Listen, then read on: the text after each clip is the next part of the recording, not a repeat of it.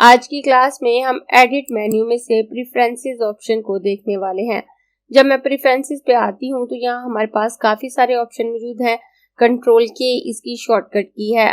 अगर मैं अपने कीबोर्ड से कंट्रोल के प्रेस कर देती हूँ तो मेरे पास प्रेफरेंसेस का पैनल ओपन हो जाता है, या यहाँ से मैं किसी भी ऑप्शन पर क्लिक करूंगी मेरे पास सेम पैनल आता है।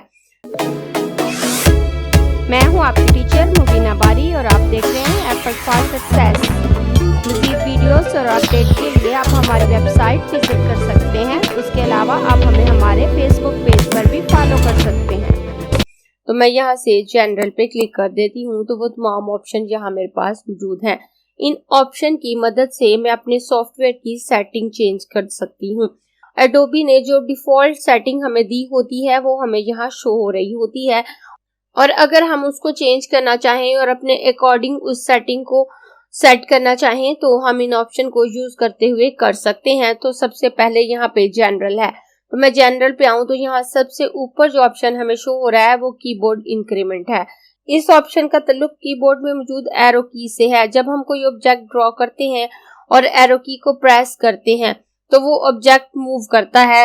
राइट एरो की प्रेस करने से राइट साइड पे ऑब्जेक्ट मूव होता है और लेफ्ट एरो की प्रेस करने से लेफ्ट साइड पे हमारा ऑब्जेक्ट मूव होता है। अप एंड डाउन एरो की से हम अप एंड डाउन मूव कर सकते हैं, और वो कितना मूव होगा वो हम यहाँ से डिसाइड करते हैं। इस वक्त यहाँ मेरे पास 1 पिक्सल सिलेक्ट है तो मेरा ऑब्जेक्ट 1 पिक्सल मूव करेगा। अगर मैं यहाँ पे कोई और वैल्यू ऐड करती हूँ तो मेरा ऑब्जेक्ट उसी के मुताबिक मूव कर रहा होगा। तो यहाँ से मैं सेटिंग चेंज कर सकती हूँ।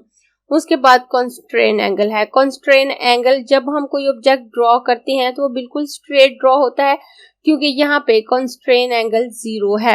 लेकिन अगर मैं इस एंगल को चेंज करती हूँ तो जब मैं ऑब्जेक्ट ड्रॉ करूंगी तो वो उसी एंगल पे ड्रॉ होगा।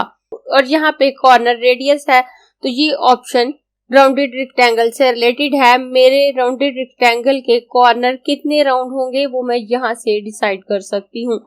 जैसे आप देखिए मैं यहाँ से कॉन्स्ट्रेन एंगल को चेंज करके 30 कर देती हूँ और यहाँ से कॉर्नर रेडियस को चेंज करके मैं 50 कर दूंगी और यहाँ से ओके करूंगी। ओके करने के बाद मैं रेक्टेंगल टूल लेकर यहाँ से रेक्टेंगल ड्रॉ करूं तो ये 30 डिग्री पे ड्रॉ होगा क्योंकि मैंने कॉन्स्ट्रेन एंगल को 30 रखा है। मैं इसको डिलीट कर देती हूँ और उसके बाद मैं यहाँ से राउंडेड रेक्टेंगल लेकर अगर इसको ड्रॉ करती हूँ तो अब इसके कॉर्नर 50 पिक्सल तक राउंड हैं। मैं इसको डिलीट कर देती हूँ और उसके बाद मैं ऑब्जेक्ट को ड्रॉ करूंगी और ड्रॉ करने के बाद अगर आप देखें मैं इसको मूव करूं तो ये 1 पिक्सल मूव हो रहा है, लेकिन अगर मैं वैल्यू चेंज करूंगी तो ये उसी के मुताबिक मूव होगा। मैं इसको भी डिलीट कर देती हूँ। एडिट मेन्यू में आकर दोबारा प्रेफरेंसेस पे आकर जनरल पे आऊंगी और यहाँ से मैं सेटिंग को वापस चेंज कर देती हूँ। मैं कॉन्सेंट्रेट एंगल को 0 और कॉर्नर रेडियस को 12 पिक्सल कर देती हूँ जो डिफॉल्ट सेटिंग यहाँ पे मौजूद थी। उसके बाद यहाँ पे disable auto add and delete का ऑप्शन है, तो ये ऑप्शन पेन टूल से रिलेटेड है। जब हम किसी ऑलरेडी ड्रॉ पाथ पे पेन टूल को लेके जाते हैं तो जहाँ पे एंकर पॉइंट मौजूद होता है वहाँ पे हमें डिलीट का साइन शो होता है पेन टूल के नीचे, और जहाँ पर एंकर पॉइंट मौजूद नहीं होता वहाँ प्लस साइन शो हो रहा होता है हमें, लेकिन अगर हम यहाँ पे चेक लगा देते हैं तो वो डिसेबल हो जाता है। उसके बाद यूज प्रीसाइज कर्सर है। नॉर्मली जब हम डिफरेंट टूल लेते हैं तो हमारा कर्सर भी उन टूल के मुताबिक हमें नजर आ रहा होता है, तो अगर हम यूज प्रीसाइज कर्सर पे चेक लगाती हैं तो हमें वो प्लस आइकन की तरह शो होगा। उसके बाद शो टूल टिप है, तो जब हम किसी टूल के नीचे अपने माउस का कर्सर लेके आते हैं तो नीचे हमें टूल का नाम शो हो रहा होता है, तो अगर हम यहाँ से चेक हटा देते हैं तो वो नाम हमें शो नहीं होता। उसके बाद show hide ruler across all document है, तो जब हम रूलर को ऑन करते हैं और जिस डॉक्यूमेंट के लिए ऑन करते हैं ये उसी डॉक्यूमेंट में ऑन होता है, कोई दूसरा डॉक्यूमेंट लेते हैं तो वहां पे हमें रूलर शो नहीं हो रहे होते, लेकिन अगर हम यहाँ पे चेक लगा देते हैं तो फिर हम एक साथ जितने भी डॉक्यूमेंट ओपन करेंगे उन तमाम में हमें रूलर शो हो रहे होंगे। जैसे आप देखिए अब मैं यहाँ से disable auto add and delete पे भी चेक लगा देती हूँ, यूज प्रीसाइज कर्सर पे भी चेक लगा देती हूँ, शो टूल टिप पे से चेक हटा दूंगी। उसके बाद show hide ruler across all document पे चेक लगाकर यहाँ से ओके करूंगी। ओके करने के बाद आप देखिए मेरे माउस का कर्सर मुझे प्लस की आइकन की तरह शो हो रहा है। और मैं यहाँ पर एक रेक्टेंगल ड्रॉ करूंगी। रेक्टेंगल ड्रॉ करने के बाद मैं यहाँ से पेन टूल लूं तो आप देखें एक तो मुझे कर्सर इस तरह से शो हो रहा है, दूसरा मैं कहीं पे भी लेके आ रही हूँ तो मुझे कुछ भी शो नहीं हो रहा। और उसके बाद मैं अपने कीबोर्ड से Ctrl+R प्रेस करके यहाँ पे रूलर को शो कर लेती हूँ। फाइल मेन्यू पे आकर न्यू पे आऊंगी और यहाँ से एक नया डॉक्यूमेंट क्रिएट कर लेती हूँ। तो आप देखें इस नए डॉक्यूमेंट पे भी रूलर मौजूद है। मैं इस डॉक्यूमेंट को यहाँ से डिलीट कर देती हूँ। अब देखिए मैं कहीं पे भी माउस का कर्सर ला रही हूँ तो मुझे कुछ भी शो नहीं हो रहा। मैं दोबारा एडिट मेन्यू में आऊंगी, यहाँ से प्रेफरेंसेस पे आकर जनरल पे आऊंगी और यहाँ से डिसेबल ऑटो एड डिलीट पे से चेक हटा दूंगी। यूज प्रीसाइज कर्सर पे चेक हटा देती हूँ।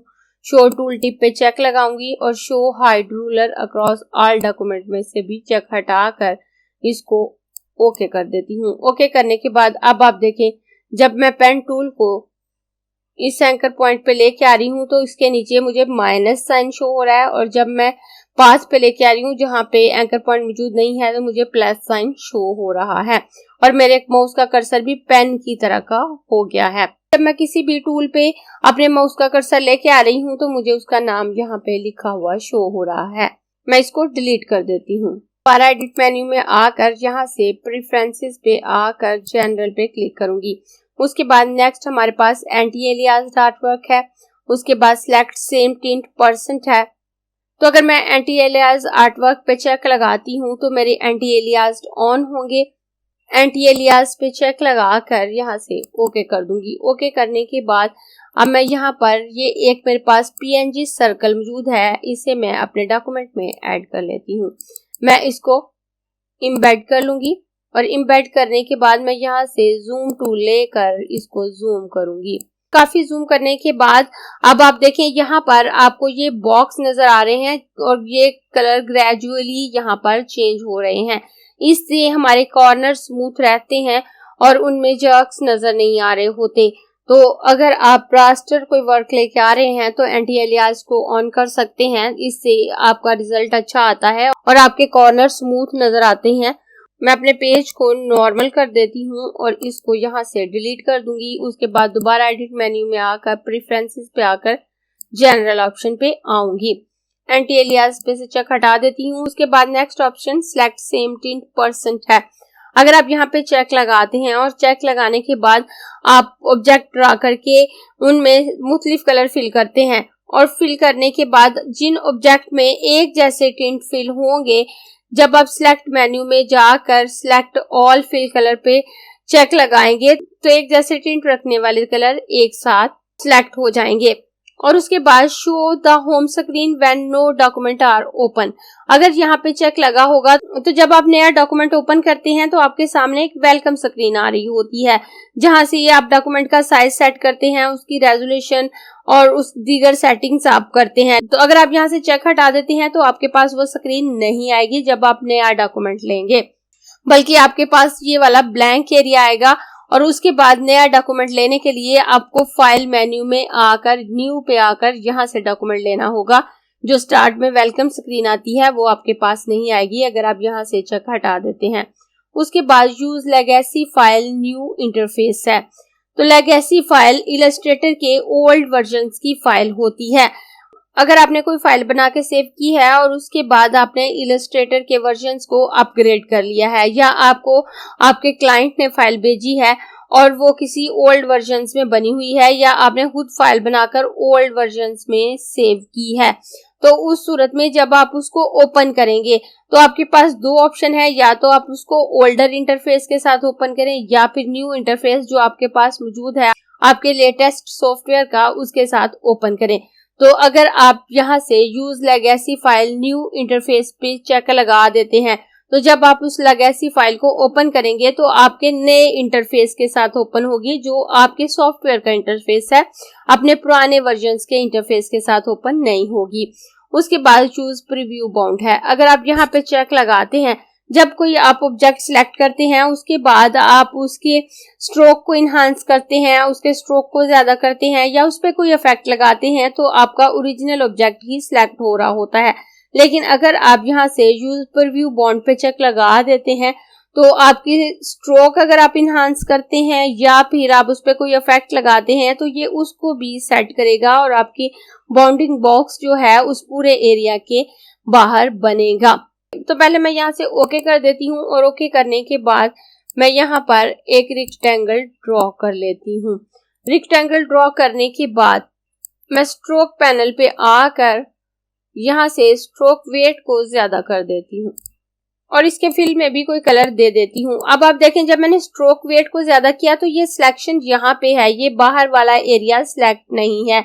इसी तरह से जब हम कोई इफेक्ट अप्लाई करते हैं तो भी ये एरिया जो बाहर होता है वो सिलेक्शन में नहीं आ रहा होता। लेकिन अगर हम एडिट मेन्यू में आकर प्रेफरेंसेस पे आए और जनरल पे आकर यहाँ से यूज प्रीव्यू बॉन्ड पे चेक लगाकर यहाँ से ओके कर दें तो अब आप देखें ये बाहर वाले एरिया में भी सिलेक्शन आ गई। अंदर के पास सेपरेट सिलेक्ट है और यहाँ पे ये बाहर भी आपको बाउंड्रीज नजर आ रही हैं।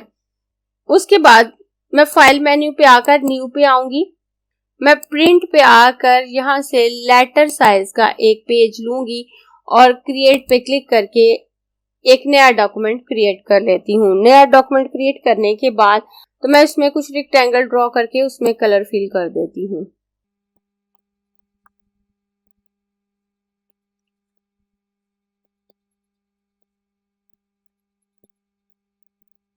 अब आप देखें जैसे ये हमारा डॉक्यूमेंट है और इस वक्त ये यहाँ पे 70% स्केल पे हमें शो हो रहा है। अब यहाँ से अगर मैं 100% पे आती हूँ तो मेरे डॉक्यूमेंट का कुछ हिस्सा ऊपर की तरफ मुझे शो हो रहा है और कुछ नीचे की तरफ। जो ओरिजिनल प्रिंट में साइज हमारे पास आएगा यहाँ पे वो साइज शो हो रहा होता है।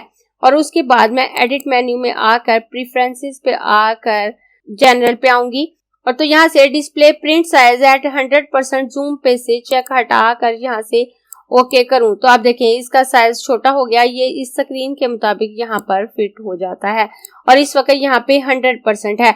उसके बाद मैं एडिट मेन्यू में आकर प्रेफरेंसेस पे आकर जनरल पे आऊंगी।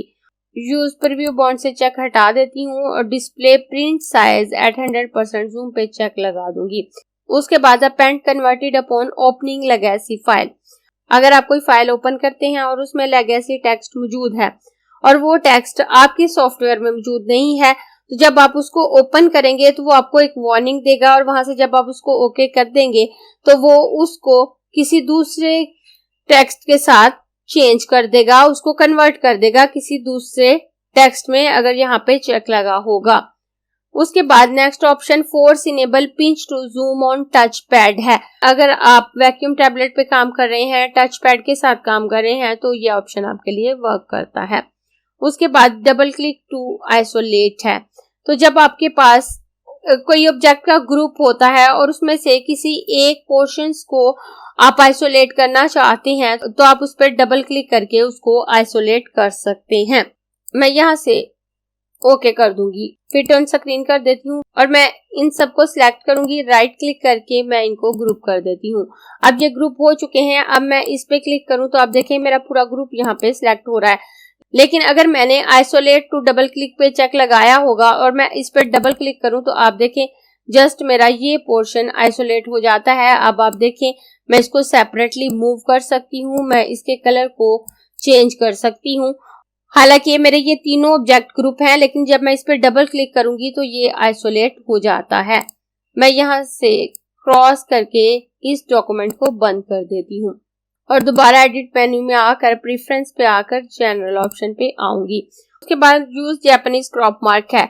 तो जब हम प्रिंट के लिए डॉक्यूमेंट भेजते हैं तो हम क्रॉप मार्क लगाते हैं। क्रॉप मार्क एक्चुअल में वो एरिया होता है जहां से कटिंग की जाती है और उस तरह से जो भी आपका प्रिंट ले रहा होता है उसको पता होता है कि उसने यहाँ से कटिंग करके आपका डॉक्यूमेंट रेडी करके आपको देना है।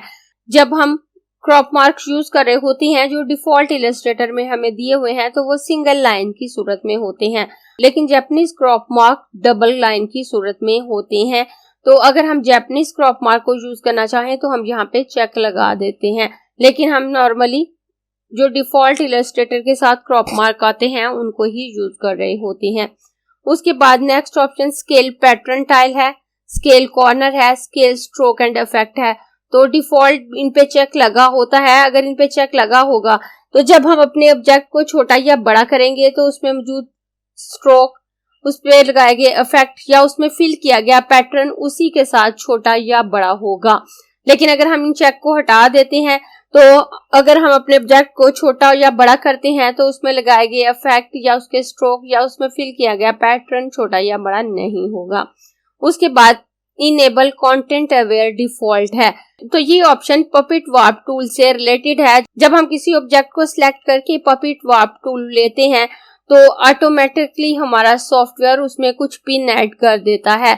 लेकिन अगर हम यहाँ से चेक हटा देते हैं तो जब हम पपेट वार्प टूल लेंगे तो हमारे ऑब्जेक्ट में कोई पिन ऐड नहीं होती। पपेट वार्प टूल को हम डिटेल से पहले देख चुके हैं। अगर आपने वो क्लास नहीं देखी तो मैं ऊपर लिंक दे दूंगी, तो आप देखकर पपेट वार्प टूल को भी सीख सकते हैं और ये ऑप्शन भी आपको 100% समझ आ जाएगा। उसके बाद reset all warning dialog box है। तो अगर आपने अपने वार्निंग डायलॉग बॉक्स की सेटिंग को चेंज कर दिया है तो आप उसको रीसेट कर सकते हैं। पहले वार्निंग डायलॉग बॉक्स क्या होते हैं वो मैं आपको बता देती हूँ। तो मैं यहाँ से इसको ओके करूंगी। ओके करने के बाद मैं इसको डिलीट कर देती हूँ। फाइल मेन्यू में आकर प्लेस ऑप्शन पे आकर यहाँ पर एक इमेज ऐड कर लूंगी। जब हम कोई भी ऐसी कमांड देते हैं जिसके साथ कोई एरर रिलेटेड होती है और उस वर्क को करने के लिए पहले उसको क्लियर करना जरूरी होता है, तो हमारे पास एक डायलॉग बॉक्स आता है वार्निंग के साथ।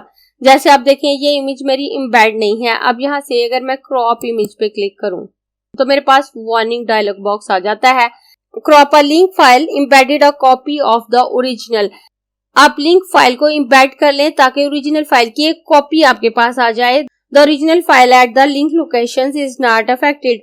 इस तरह से जो आपकी लिंक फाइल है, जो ओरिजिनल लोकेशन पे फाइल मौजूद है, वो अफेक्ट नहीं होगी। ये तो हो गई वार्निंग। उसके बाद यहाँ पे आप देखें डोंट शो अगेन लिखा हुआ है। जब इस तरह से कोई भी डायलॉग बॉक्स आपके पास आता है, और अक्सर औकात हमारे पास ये डायलॉग बॉक्स आ रहे होते हैं, तो उनके नीचे डोंट शो अगेन लिखा होता है। अब अगर मैं यहाँ से चेक लगाकर ओके कर देती हूँ तो ये डायलॉग बॉक्स मुझे दोबारा शो नहीं होगा। उस तरह से हम इस डायलॉग बॉक्स की सेटिंग को चेंज कर देते हैं।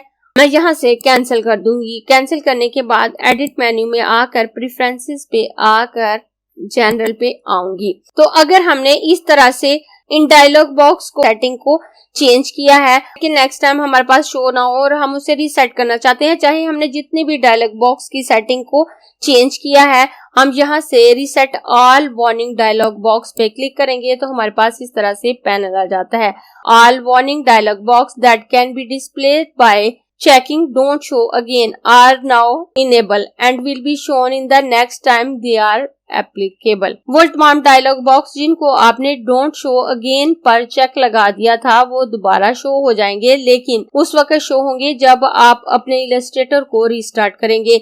जब आप इस चेंज को अप्लाई करेंगे तो वो एकदम से अप्लाई नहीं होगा, बल्कि इसको अप्लाई होने के लिए आपके सॉफ्टवेयर को रीस्टार्ट करने की जरूरत होगी। जब एक दफा आप इलस्ट्रेटर को बंद करके ओपन करेंगे तो ये सेटिंग अप्लाई हो जाएंगी। मैं यहाँ से कैंसिल कर देती हूँ। उसके बाद नेक्स्ट हमारे पास selection and anchor point display है। अगर मैं इस पे क्लिक करती हूँ तो यहाँ हमें एंकर पॉइंट और सिलेक्ट करने से रिलेटेड सेटिंग्स आती हैं। तो यहाँ सबसे पहले टॉलरेंस है। टॉलरेंस जितनी ज्यादा होगी उतना आप इजीली अपने ऑब्जेक्ट को सिलेक्ट कर सकते हैं, उनकी स्नैपिंग उतनी ज्यादा होगी। और यहाँ से डिफॉल्ट टॉलरेंस मेरे पास 3 पिक्सल शो हो रही है, आप इसको कम ज्यादा कर सकते हैं। उसके बाद object selection bye path only. अगर आप इस पे चेक लगा देते हैं, जब आप अपने ऑब्जेक्ट को सिलेक्ट करते हैं तो आप उसकी फिलिंग पे क्लिक करके भी उसको सिलेक्ट कर सकते हैं और आउटलाइन पे भी। लेकिन अगर object select by path only पे आप चेक लगाएंगे, जब तक आप उसके पाथ पे लाकर क्लिक नहीं करेंगे वो ऑब्जेक्ट सिलेक्ट नहीं होगा। तो नॉर्मली हम यहाँ पे चेक नहीं लगाते। उसके बाद स्नैप टू पॉइंट है। तो जब हम सिलेक्शन ले रहे होते हैं और हमारे माउस का कर्सर उसके करीब लेके जाते हैं तो वो स्नैप कर रहा होता है, तो ये 2 पिक्सल के फासले से स्नैप करता है। लेकिन अगर आप इसको ज्यादा करना चाहें तो कर सकते हैं। Control click to select object behind. और अगर आपके ऑब्जेक्ट काफी ज्यादा हैं, तो अगर आपके ऑब्जेक्ट एक दूसरे के ऊपर रखे हुए हैं और आप पीछे वाले ऑब्जेक्ट को सिलेक्ट करना चाहते हैं तो यहाँ पे चेक लगा होना जरूरी है। यहाँ पे चेक लगा होगा तो आप कंट्रोल के साथ क्लिक करेंगे तो आपका पीछे वाला ऑब्जेक्ट सिलेक्ट हो जाएगा। और उसके बाद concentrate path drag on segment reshape है। तो जब आप एंकर पॉइंट टूल लेकर या कर्वेचर टूल लेकर किसी पाथ को ड्रैग करते हैं तो अगर यहाँ पे चेक नहीं लगा होगा तो वो आपका ड्रैग होगा, लेकिन अगर आपका यहाँ पे चेक लगा हुआ है तो वो उस पाथ को स्ट्रेट ऊपर नीचे मूव करेगा, लेकिन उस पाथ को रीशेप नहीं करेगा।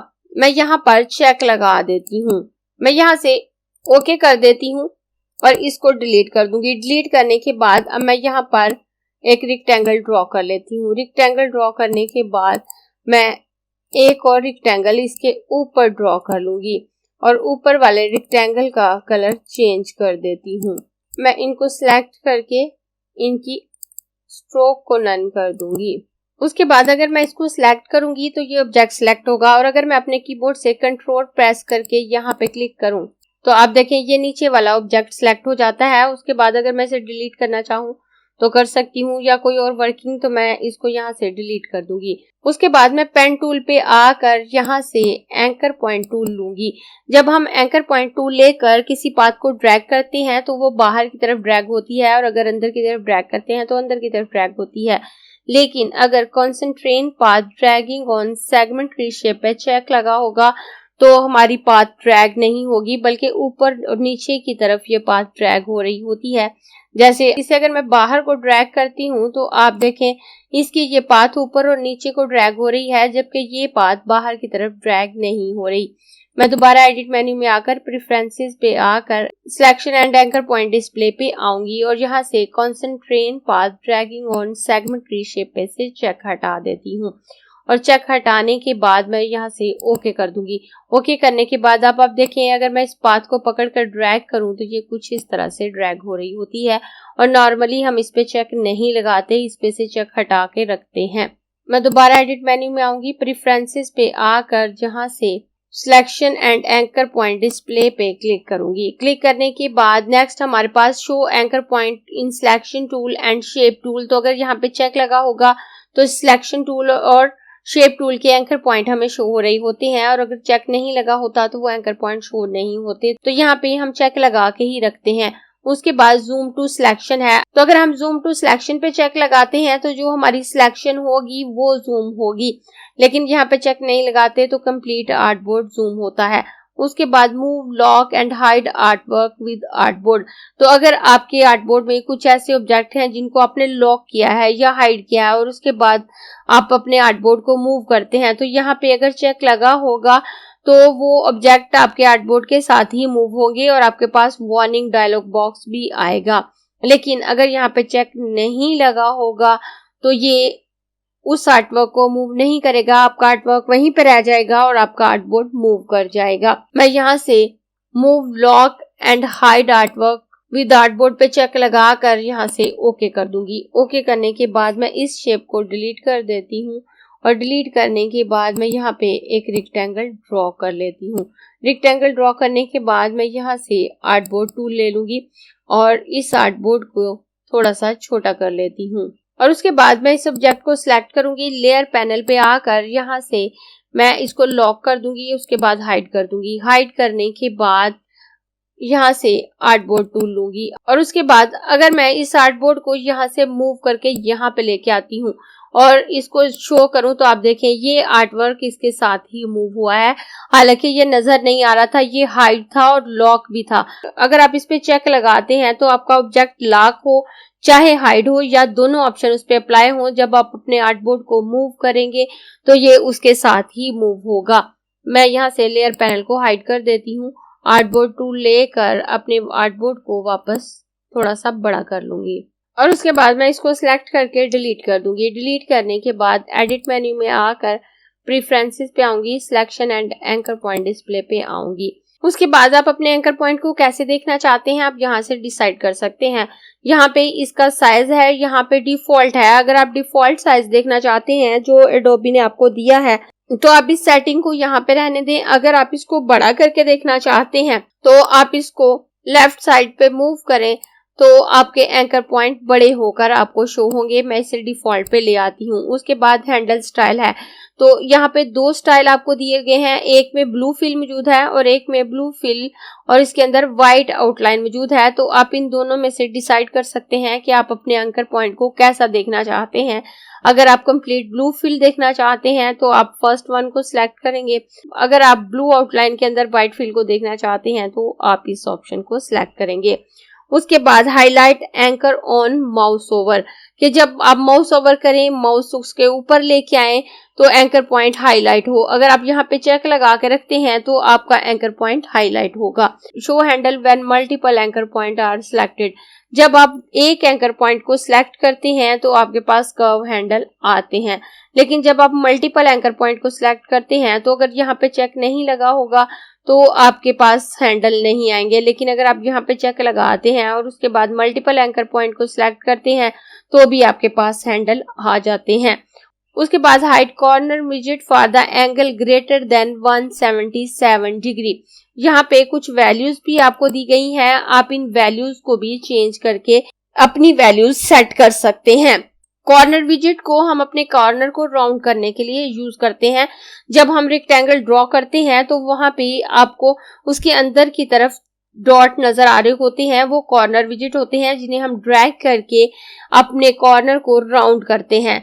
तो यहाँ जो हम वैल्यू देंगे और यहाँ पे चेक लगाएंगे, अगर हमारा ऑब्जेक्ट उस एंगल पे रोटेट हो जाता है तो कॉर्नर विजेट वर्क नहीं करेंगे। अगर वो उस वैल्यू से कम रोटेट होता है तो कॉर्नर विजेट वर्क करेंगे, अदरवाइज नहीं करेंगे।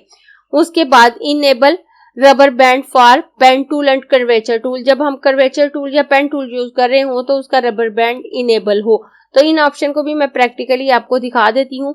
मैं यहाँ से इस वैल्यू को चेंज करके 105 कर देती हूँ और यहाँ से ओके कर देती हूँ। मैं यहाँ पे एक रेक्टेंगल ड्रॉ कर लूंगी। रेक्टेंगल ड्रॉ करने के बाद अब अगर मैं इसे पकड़कर अगर ड्रैग करूं तो इसके कॉर्नर राउंड हो गए। मैं कंट्रोल जी कर देती हूँ, ये हमारे पास कॉर्नर विजेट है। फ्री ट्रांसफॉर्म टूल ले लेती हूँ। मैं यहाँ से फ्री डिस्टोर्ट पे क्लिक करके इसको डिस्टोर्ट कर लेती हूँ।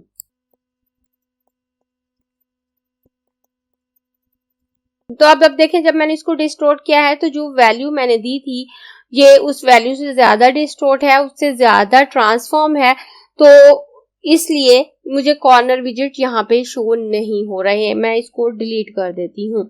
उसके बाद मैं यहाँ से पेन टूल लूंगी और पेन टूल लेकर अगर मैं यहाँ पे कुछ ड्रॉ करती हूँ तो अब आप देखें, जब मैं ड्रॉ करती हूँ तो मुझे ये ब्लू लाइन यहाँ पे शो हो रही है, जो मुझे ये शो करवा रही है कि मेरी शेप कहाँ पे बनेगी। तो ये रबर बैंड है। आप पेन टूल यूज कर रहे हो या कर्वेचर टूल, दोनों सूरत में आपको रबर बैंड शो हो रहा होता है। उसके बाद मैं यहाँ पे क्लिक करके जब नेक्स्ट लेके जाती हूँ तो आप देखें ये ब्लू लाइन मुझे शो हो रही है, जो मुझे इंडिकेट कर रही है कि मेरी शेप किस तरह से बनेगी।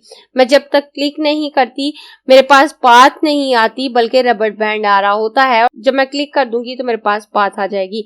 लेकिन अगर आप इनेबल रबर बैंड पे से चेक हटा देते हैं तो ये रबर बैंड आपको शो नहीं होगा। आपकी पाथ कैसे बन रही है आपको शो नहीं होगी, आप वैसे ही उस पे वर्क करेंगे। मैं इसको सिलेक्ट करके डिलीट कर देती हूँ। एडिट मेन्यू में आकर प्रेफरेंसेस पे आकर selection and anchor point display पे आऊंगी और उसके बाद नेक्स्ट हमारे पास टाइप टूल है। तो यहाँ टाइप से रिलेटेड सेटिंग हमें शो हो रही होती है। तो डिफॉल्ट यहाँ पे जो लैडिंग हमें शो हो रही है वो 2 पिक्सल है। लैडिंग लाइन के दरमियान स्पेस को कहते हैं। उसके बाद ट्रैकिंग है, ट्रैकिंग कैरेक्टर के दरमियान स्पेस को कहते हैं, तो ये 20 EM हमें शो हो रही है। उसके बाद बेस लाइन शिफ्ट है कि एक लाइन जब दूसरे में शिफ्ट हो तो उसकी बेस लाइन कितनी हो, तो वो भी 2 पिक्सल शो हो रही है। तो अगर आप इसको चेंज करना चाहें तो आप कर सकते हैं, वैसे डिफॉल्ट सेटिंग ही बेस्ट है। उसके बाद लैंग्वेज ऑप्शन है कि आप कौन सी लैंग्वेज रखना चाहते हैं। नॉर्मली हमारे पास शो इंडिक ऑप्शन आ रहे होते हैं। हम टाइप टूल को लेकर जो ऑप्शन यूज कर रहे होते हैं वो इंडिक लैंग्वेज से रिलेटेड होते हैं। लेकिन अगर हम ईस्ट एशियन ऑप्शन यूज करना चाहें तो हम यहाँ पर चेक लगा दे तो ईस्ट एशियन ऑप्शन यहाँ पे शो हो जाएंगे। लेकिन हम शो इंडिक ऑप्शन के साथ ही वर्क करेंगे। उसके बाद type object select by path only, तो अगर हम यहाँ पे चेक लगाते हैं और उसके बाद कुछ टाइप करते हैं तो वो ऑब्जेक्ट जो हमने टाइप करके क्रिएट किया है या वो टेक्स्ट जो हमने क्रिएट किया है उसको हम पाथ से ही सिलेक्ट कर सकते हैं। उसको फिल वाले एरिया पे क्लिक करके हम सिलेक्ट नहीं कर सकेंगे, लेकिन नॉर्मली हम यहाँ से चेक नहीं लगाते ताकि हमें सिलेक्शन लेने में आसानी हो। उसके बाद show font name in English, अगर हम यहाँ पे चेक लगाते हैं तो हमें फॉन्ट नेम इंग्लिश में ही शो होंगे। उसके बाद auto size new area type है, जब हम यहाँ पे चेक लगाते हैं तो हम टाइप करते हैं तो वो एरिया रिसाइज होता जाता है, लेकिन अगर हम यहाँ पे चेक नहीं लगाते तो वहां पे हमें पिंक कलर का निशान नजर आता है और हमारा टेक्स्ट हाइड होता जाता है। ऑटो साइज न्यू एरिया पे चेक लगाकर ओके करूंगी, टाइप टूल लूंगी और फॉन्ट साइज को पहले मैं यहाँ से ज्यादा कर देती हूँ और उसके बाद मैं यहाँ पर एक टेक्स्ट बॉक्स लगा लेती हूँ। जब मैं टेक्स्ट बॉक्स लगाती हूँ तो इसमें प्लेस होल्डर टेक्स्ट आ जाता है। उसके बाद मैं यहाँ पे अपने माउस का कर्सर रखूंगी।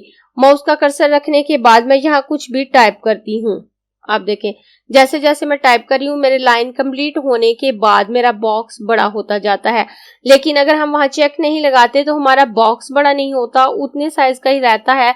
लेकिन यहाँ पर हमें पिंक कलर का एक छोटा सा बॉक्स नजर आता है। टाइप मेन्यू और टाइप टूल को हम कंप्लीट देख चुके हैं और इस ऑप्शन को भी हम वहां पे देख चुके हैं कि जब हमारा टेक्स्ट हमारे बॉक्स से ज्यादा होता है तो एक पिंक निशान आ जाता है, जिसका मकसद होता है कि इस बॉक्स में एक्स्ट्रा टेक्स्ट मौजूद है। लेकिन अगर हम रीसाइज पे चेक लगा देते हैं तो ये उसको रीसाइज करता जाता है। मैं इसको डिलीट कर देती हूँ, यहाँ पे कुछ लिखती हूँ और लिखने के बाद अगर मैं यहाँ पे आऊं तो यहाँ पे मुझे फॉन्ट के नेम शो हो रहे होते हैं और उसके बाद यहाँ पे सैंपल शो हो रहा होता है। जो टेक्स्ट मैंने लिखा होता है वही यहाँ पे शो हो रहा होता है और मैं देख सकती हूँ कि कौन सा फॉन्ट अप्लाई करने पे मेरा टेक्स्ट कैसा लगेगा। मैं इसको डिलीट कर देती हूँ और एडिट मेन्यू में आकर प्रेफरेंसेस पे आकर टाइप ऑप्शन पे क्लिक करूंगी और यहाँ नीचे इनेबल इन मेन्यू फॉन्ट पर व्यू है।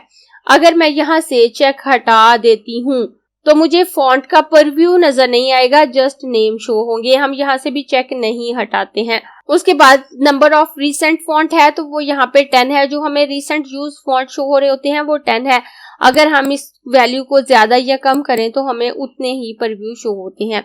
उसके बाद इनेबल जापानीज फॉन्ट परव्यू इन फाइंड मोर, के मोर फाइंड करने के लिए आप जापानीज फाइंड का परव्यू देखना चाहते हैं। अगर आपको इस किस्म के फॉन्ट चूज कर रहे हैं तो यहाँ पे चेक लगा सकते हैं, नॉर्मली हम नहीं लगाते। उसके बाद इनेबल मिसिंग ग्लिफ प्रोटेक्शन है, तो अगर इस पे आप चेक लगा के रखते हैं तो जब आप ग्लिफ पैनल को ओपन करते हैं तो उसमें आपको किसी भी ऑब्जेक्ट के जो अल्टरनेट मौजूद हैं वो आपको शो हो रहे होते हैं। तो अगर उसमें कोई मिस होता है तो उसको प्रोटेक्ट कर रहा होता है और उसके अल्टरनेट आपको शो करवा रहा होता है। Use in line output for non latent text. Latent text कौन सा होता है? वो अल्फाबेटिक वैल्यू जो स्मॉल लेटर या कैपिटल लेटर में मौजूद है। जैसे कि इंग्लिश के 26 अल्फाबेट हमारे पास स्मॉल लेटर में मौजूद है और 26 अल्फाबेट कैपिटल लेटर में मौजूद है, तो वो दोनों लैटेंट टेक्स्ट हैं। लेकिन उसके अलावा अगर हम कोई लैंग्वेज यूज कर रहे हैं, हम उर्दू लिख रहे हैं, जापानीज, चाइनीज या कुछ भी लिख रहे हैं, तो वो नॉन लैटेंट टेक्स्ट आता है। तो उसको डिस्प्ले करने के लिए ये इन लाइन इनपुट को यूज करेगा अगर आप यहाँ से चेक लगा के रखते हैं। उसके बाद हाईलाइट सब्स्टिट्यूट फॉन्ट है, तो अगर आप यहाँ पे चेक लगाते हैं और आप कोई टेक्स्ट कॉपी करके लेके आते हैं किसी दूसरी वेबसाइट से या किसी ने आपको टेक्स्ट भेजा है और वो टेक्स्ट अगर आपके पास मौजूद नहीं होता तो उसके अल्टरनेट मिलते जुलते जो टेक्स्ट होंगे ये उनको हाईलाइट करेगा ताकि आप उसमें से डिसाइड करके किसी एक टेक्स्ट को अप्लाई कर सकें। उसके बाद fill new type object with placeholder text. तो अभी थोड़ी देर पहले मैंने जब टेक्स्ट बॉक्स लगाया टेक्स्ट टूल को लेके तो उसमें टेक्स्ट फिल हो गया था, वो प्लेस होल्डर टेक्स्ट होता है। तो अगर आप यहाँ से चेक हटा देती हैं तो जब आप टेक्स्ट बॉक्स लगाएंगे तो उसमें प्लेस होल्डर टेक्स्ट फिल नहीं होगा, वो खाली होगा। लेकिन यहाँ पे अगर चेक लगा हुआ है तो वो टेक्स्ट फिल होगा। उसके बाद शो कैरेक्टर अल्टरनेट है, तो जब आप कोई टेक्स्ट लिख रहे होते हैं और उसमें से किसी भी अल्फाबेट को सिलेक्ट करते हैं तो उसके जो अल्टरनेट हैं आपको नीचे शो हो रहे होते हैं। लेकिन अगर आप यहाँ से चेक हटा देते हैं तो आपको वो अल्टरनेट शो नहीं होते। ये क्लास काफी लंबी हो चुकी है और अभी काफी सारे ऑप्शन इसमें बाकी हैं, तो इसलिए मैं इस क्लास को यहीं पे स्टॉप करती हूँ और प्रेफरेंस में मौजूद बकाया ऑप्शन को हम अपनी नेक्स्ट क्लास में देखेंगे। अगर आपको ये क्लास पसंद आई है तो लाइक कीजिए, अपने दोस्तों के साथ शेयर भी कीजिए ताकि वो भी सीख सके। आप अपने क्वेश्चंस और व्यूज नीचे कमेंट बॉक्स में लिख सकते हैं और अगर आपने चैनल सब्सक्राइब नहीं किया तो प्लीज सब्सक्राइब कीजिए ताकि आपको आने वाली वीडियोस का नोटिफिकेशन फौरन से मिल सके।